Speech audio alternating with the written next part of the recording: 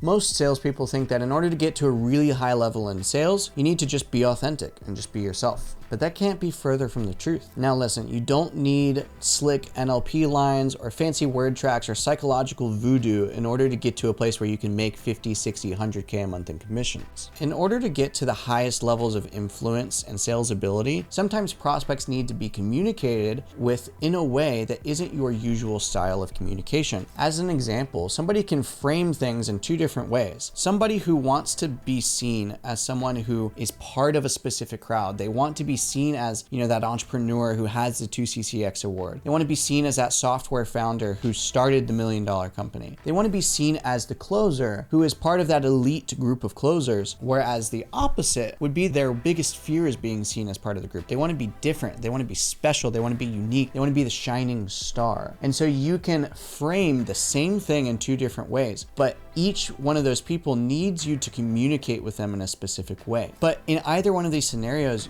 you communicating as whoever is authentically you is more often than not just lazy. You're just not learning the things that you need to learn in order to help the most people that you can help. Prospects don't want to be manipulated. They want to feel safe. They want to feel secure, and being authentic is great for that. But you can also learn tactics that may not necessarily be in your habitual behaviors already.